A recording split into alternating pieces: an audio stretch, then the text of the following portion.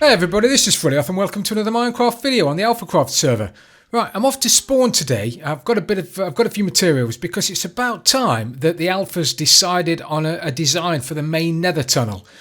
We've all started doing our own branch tunnels, like the one I'm riding down now. Everybody's got their own, but the main tunnels still haven't been built or decorated, and we've not decided on a final design yet. So what I'm going to do is I'm going to go to the end of the south tunnel, which is my tunnel, or the tunnel that leads down to my base, and I'm going to stick a design down at the end, and hopefully the other alphas can do the same. And then we can decide on which design, or maybe you can decide on which design we're going to go forward with. So that's where I'm going to go now. Oh, wrong way. So I'm just going to start by doing one side. And then, like I said, hopefully the other alphas can stick their own designs in the tunnels, and we can come to spawn, have a look at them, decide which one we want to go with, and off we go. We're off and running. So let's start with a bit of stone. I want to make it so it's easy to build. It's got to be easy to build because we're going to go, heaven only knows how many blocks in different directions. So it's got to be reasonably, it's got to be made out of material that's readily available. We can't be having, something made out of diamonds or something like that. Something that's just ridiculously expensive to build. So if we have that. 5. I'm a big fan. Oh, I'm a big fan of not doing that. Whoa. You see that? Cat-like reflexes. Big fan of working in odd numbers when it comes to building. So 1, 2, 3. 1, 2, 3. And I want to add a bit of colour, yeah, what we're like.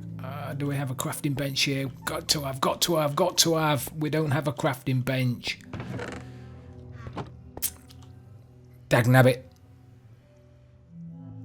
Okay. No biggie. Not going to let it ruin my mood.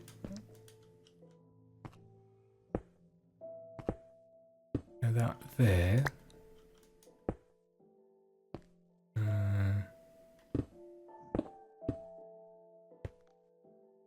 Okay, so if we that there, then another one just there, then behind that maybe we'll have maybe I'll stop trying to mine it with my shovel. What can we put behind there?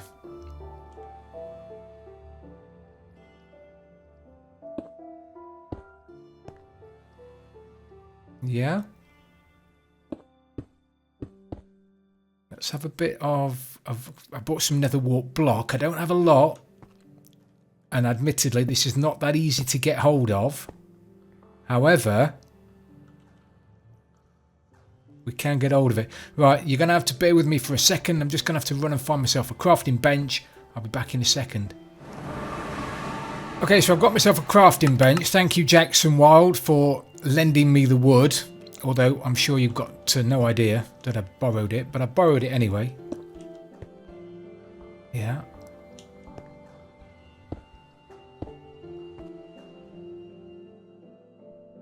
Just trying to make a pattern in the wall now.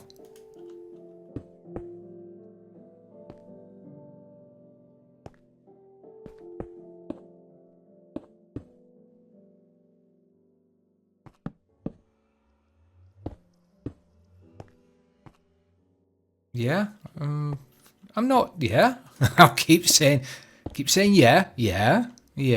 Oh, I'm liking that.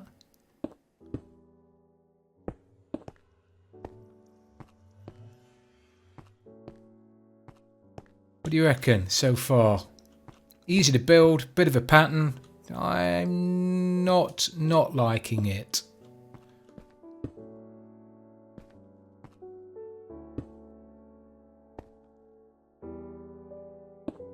Maybe have a netherrack stair there. Oh, I don't know. Yeah.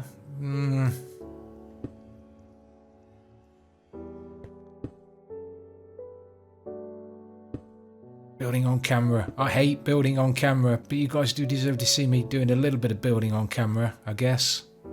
Only fair. It's in completely the wrong place, isn't it? Go in the middle.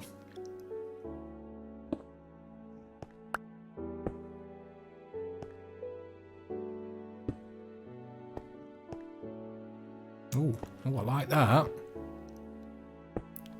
That snapped together quite nicely, didn't it?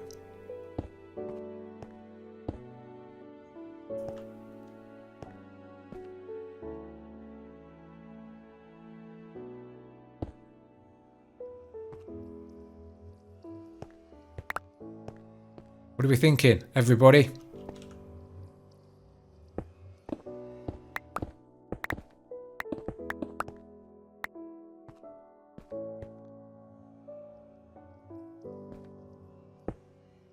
Is that going to be too bright here? Or is that too close to the... Oh yeah, it's too close. Needs to go over one more, right. F3, what's the lighting on this block? Lighting on the block 11, no good, too close. Got to go at 1. Lighting on this block 10. Now that should be okay. A light level of 10 on ice shouldn't melt it. Shouldn't melt it. Shouldn't melt it.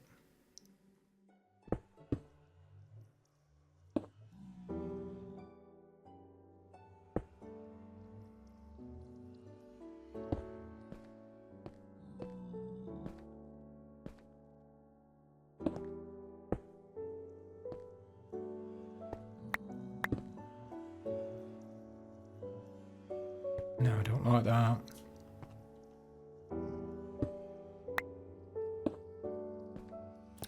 Why don't I just have it just normal, like that?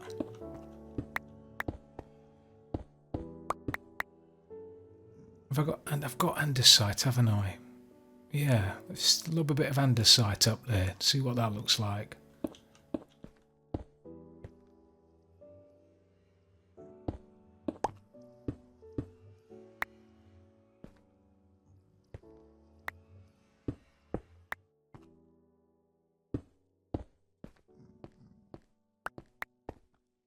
That's hidden a little bit, isn't it? That there. Maybe do you think that should come sit proud of the ceiling? Maybe.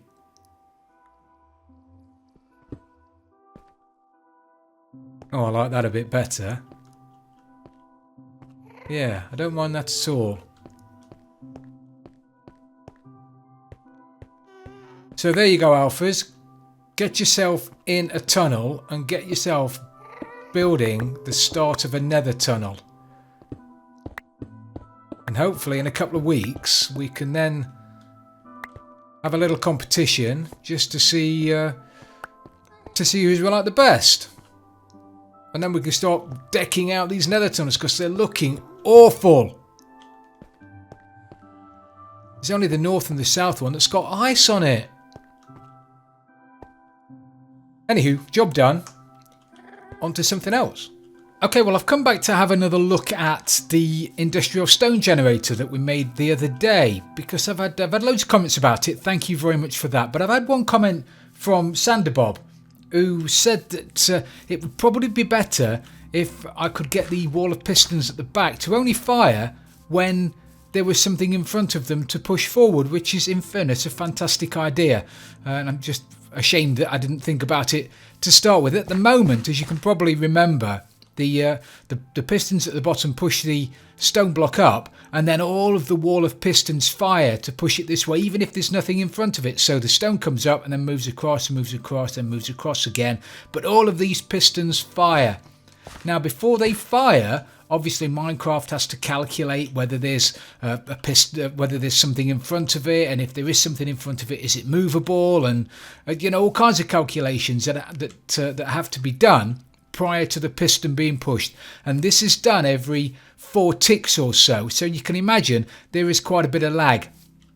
So he suggested I put an observer at the top, which is something I was reluctant to do because in the past I've tried to do that, and certainly on my tree farm, and invariably every so often it would break, or the observer wouldn't detect the movement in front of it, so that would stop the farm from working.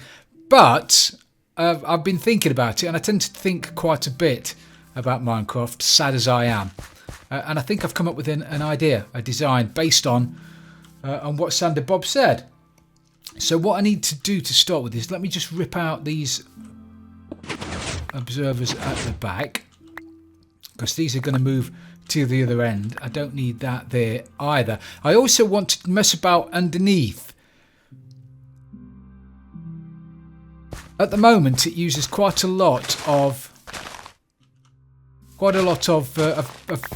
repeaters. I couldn't get my word out then. Quite a lot of repeaters and this mechanism here. Now, although I love Ethos Hopper clock and it's served me well over the years, it is quite noisy.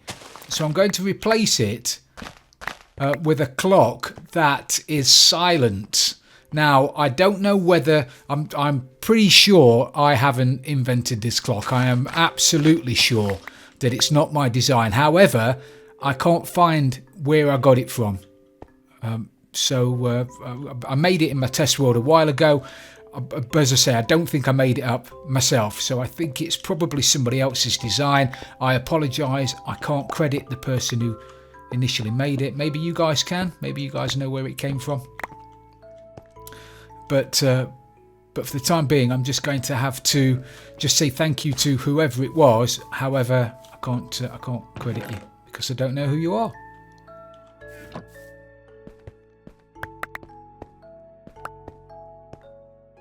So what I'm going to do then is we'll get rid of that and that. Instead of having a line of repeaters here, because basically this line of repeaters was the timer.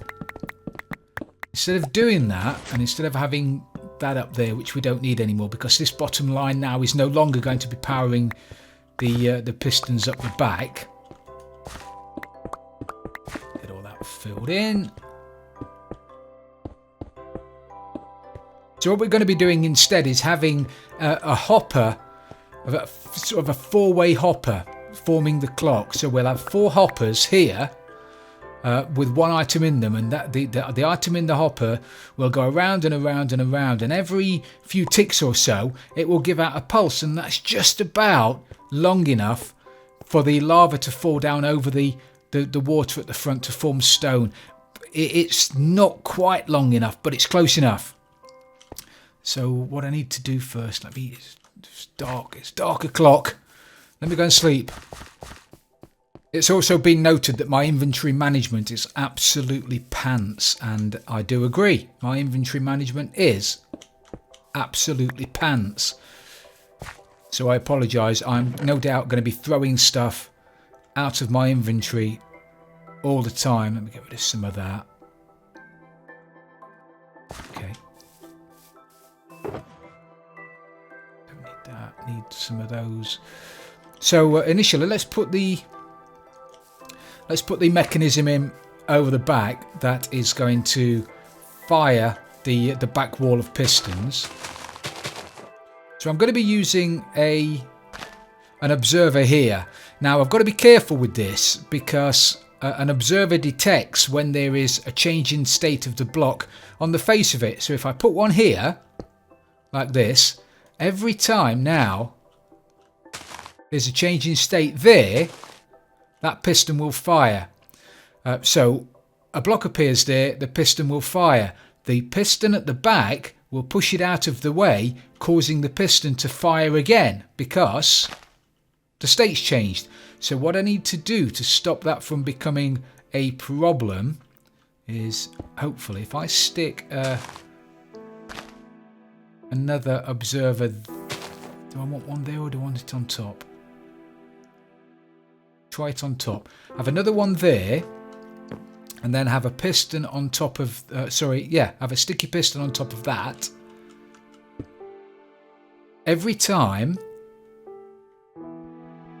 Do you want to break it with an idiot? Every time a block appears in front of that piston, that observer will detect it and fire, which will cause this observer to fire, and it'll fire with a 1-tick pulse, so it'll push that whatever's on this piston out and leave it there. and then it'll receive a second update when the item that's in front of the piston moves, and that will fire out and pull it back again. I know you're all following. So if I put an observer facing down there, that way, and a bit of redstone there, that's going to fire out, power the redstone, and then pull back in again, and it won't fire it again. So this wall of pistons will only fire once. You dig me? Do you feel me? So if I put that there, all those top pistons will only fire the once. Brilliant. Stone cold genius. Actually, it was Sanderbob's idea, wasn't it? So, Sanderbob, you stone cold genius. So now we need to get over this end and stick in some observers facing downwards in order to power the rest of the lines. So if we need one, come on, reach. One there, not one there, one there, and then dust there.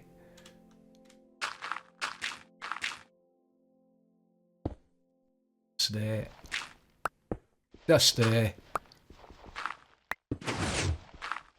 dust there. Very elegant, way more elegant than having the pistons firing here, there and everywhere. So block on the face there. Oh, did I? Oh, the piston's not long enough, is it? Well, the signal's not long enough. 1, 2, 3, 6, 7, 8, 9, 10, 11, 12, 13, 14, 15. Ah. Dagnabbit. Get that changed for a repeater, which will do the job. I could put a note block on there. And we could have a little bing every time it got to the end, but that would get annoying very quickly. So that now should have done the job. There you go. Perfect. So that's the back wall of pistons sorted out. Doesn't look too... that's elegant. That's lovely. I love observers. So thank you for that, Sanderbob. Right, so now we need the mechanism down here to get it to work. And to do that, as I say, I'm just going to have a repeater here, which is going to fire all of this line. Don't need this. It's halfway through filling this in, wasn't I?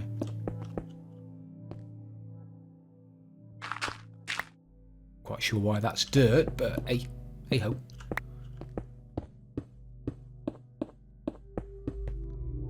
Like that. Get a bit of light down here. I love light. Love light when it comes to flashing redstone. And this is going to flash, so we do need some light down here.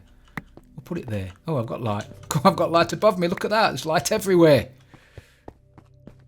So there we're going to need a comparator. And then we can have our little circle of hoppers. Hopefully I've got some more hoppers in here. Yeah.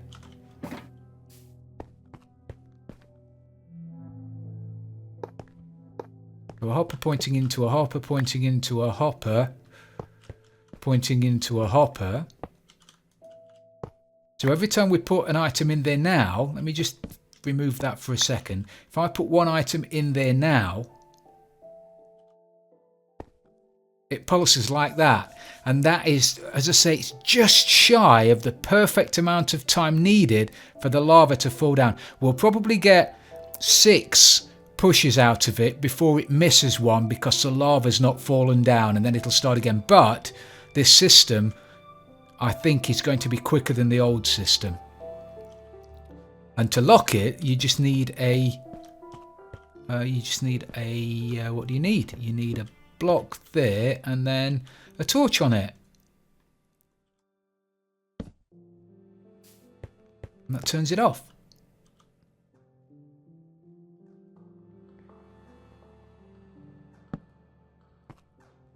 Perfect. Right, so now I need something to power that block in order to turn it back on again in a second. So, as I say, this would have been an etho hopper clock, but it's noisy. So I wanted it to be a little more quiet. Have I got any room above me? No, I haven't. Ooh.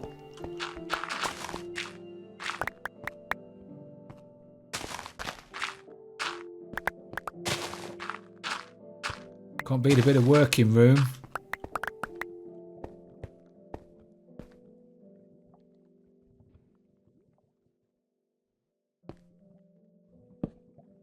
So when that's powered, it's going to be on.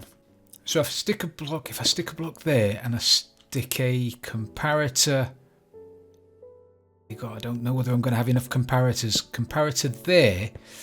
I then need a couple of these bad boys pointing into each other. So every time something's in this hopper, the system is going to be on. Yeah, that's right, isn't it? Yeah.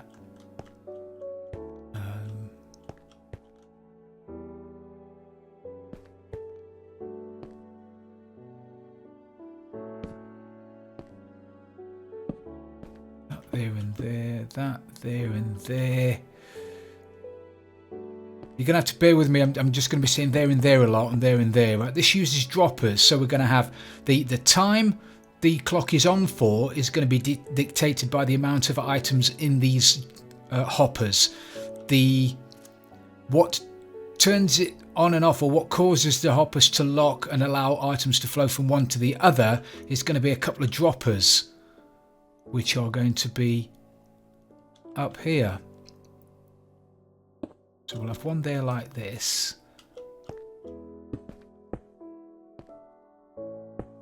One there like that. And these will have one item in them. And that's the item that's going to get shot from one side to the other. I'm going to need another comparator, I think.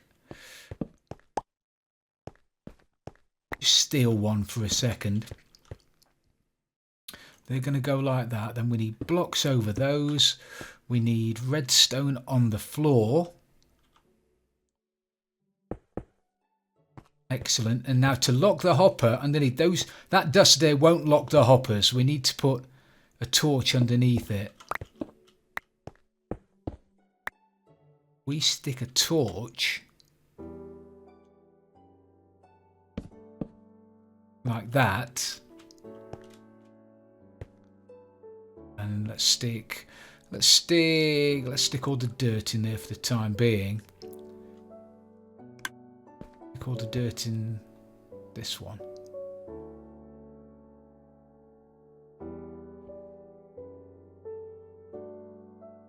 So it'll flow from one side to the other. Once this is empty,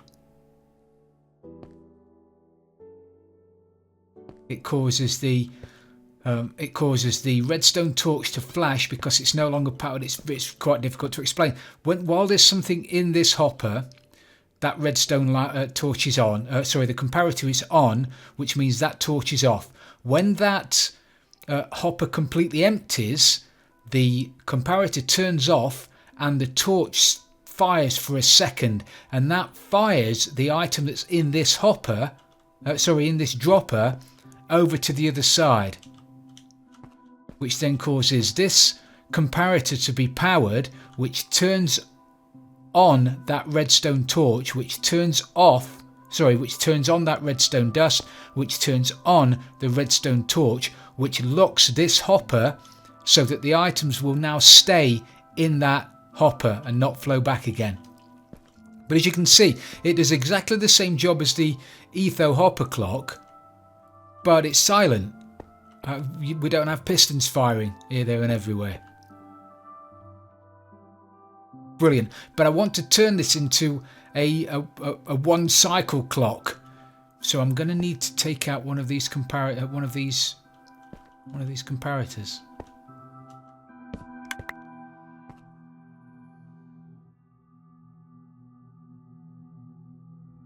I think it's that one. So now, when everything flows back to the other side, it should turn itself off. Excellent. Excellent. And we've got an item in there. So, in order to start it now, I need to power this block, because that will turn that torch off, and then it'll turn it back on again. So it just needs to take a pulse. Please, please, please tell me you guys aren't bored of this. Really, really hope you're not bored of this. So I need to run some redstone dust. Have I got enough dust? It can't come into contact with near that block, otherwise it's going to break it. If I have it going back up to here again, where the...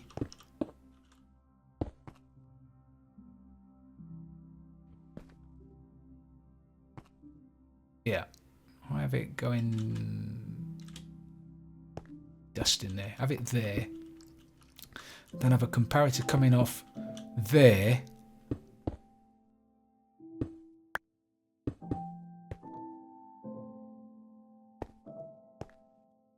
Yeah.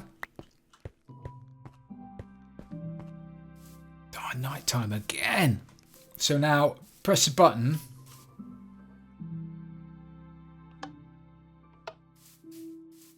That should turn the timer on. Yes, it does.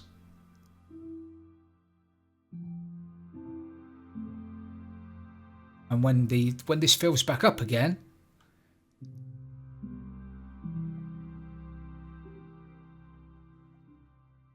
the repeater here turns off, which means the torch turns back on again, which means this clock stops working. Now we just need to decide how many items we need to put in the clock. Now the last one took 4 stacks and something else, didn't it? It was 4 stacks and a bit. I reckon we'll get away with having 3 stacks in there. If we have 3 stacks of stone,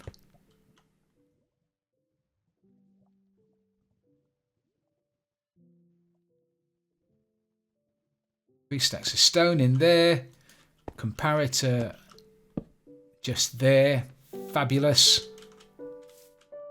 It's all empty. Now this should fill up from the back all the way up to the top, then move forward one. Much better than the old system, I think.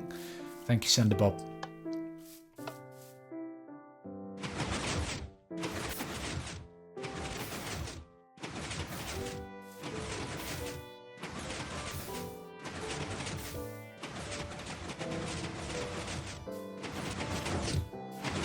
And as you can see, the wall of pistons isn't continually firing. So that's got to cut down on lag, hasn't it? Oh. Oh. Oh. I wonder why this one at the end is firing at on a different tick than the others. I'm sure that's just a timing issue. However, I do think it's filling up quicker than the other one. Well, it might be filling up quicker than the other one because it's not filling up as much, but as I say, I think that might just be a timing issue. But I'm liking it already, just for the fact that you don't hear those pistons on the back wall double firing. The fact that it fills up from the back rather than from the bottom up, I think, is a much better system anyway.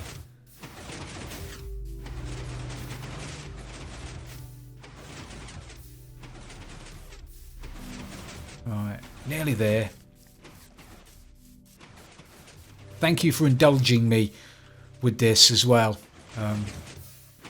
As I say, I know a lot of you aren't interested in this sort of stuff. Right, it's now full up, and we've got... Look at that. That was a full stack quicker.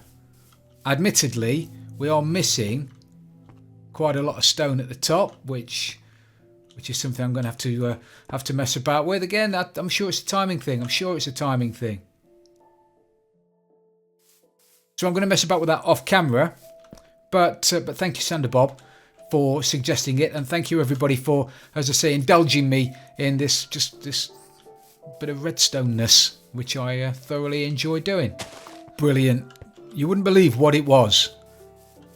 All it was this bit of dust here. I've extended it over the end. It seemed to be powering itself twice on occasion, so the dust would fire and that would detect it, but then either the dust would power the block next to it and the block was budding that. I'm not quite sure how it worked, but by removing the block and putting an extra line of dust there, that stopped it from happening, and now this works perfectly.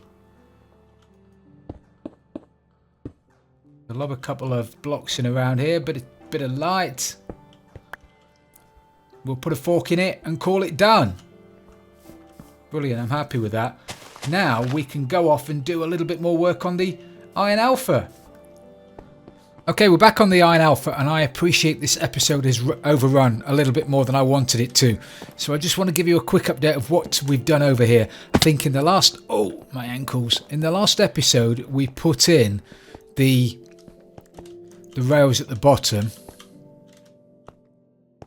We put in these rails, did we not? No, we didn't put in these rails, did we? We put in these rails. So we put in these rails. Well, now I've powered them. So I've got a bit of redstone on there, so they're powered. So the guys come round here and then go into the column that's just there. I've also put rails at the top.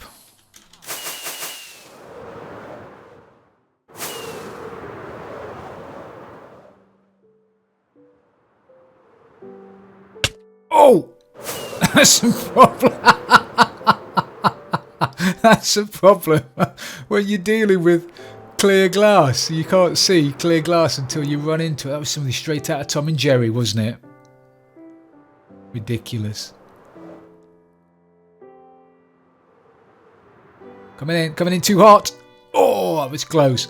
I've also put this up here. I've extended the glass up on either side of the farm, so that's where the villagers fall in, so they'll fall into those pods. These are the pods that the villagers come up, so they're going to be filled with source blocks of water. I'm probably going to finish up putting a source block of water at the top, filling it with kelp. That seems to work. So they'll come up here, they'll fall onto these platforms here, which are going to have rails on them, and then they'll go around there and fall into the next one. But as I say, we've overrun very slightly. So again, thank you very much for allowing me to indulge. But as you can see, this thing's getting big now. But it's not, in fairness, there's not a great deal left to do. Because I've got to put in the pods around the sides underneath there that we spoke about in the other episode, a couple of episodes ago. They're going to be the villagers that validate all the doors around the outside. I've then got to get the villager in the minecart, and then we'll be able to give it our first test. And note to self, when you're flying about, try not to fly into clear glass. So I'm afraid we're going to have to call it a day for today, everybody. Thank you again very much for watching. I really do appreciate it. If you have enjoyed the episode, please don't forget to leave it a like. And if you've really loved it, don't forget to subscribe for future videos. This is Frilioth, and I'm out of here.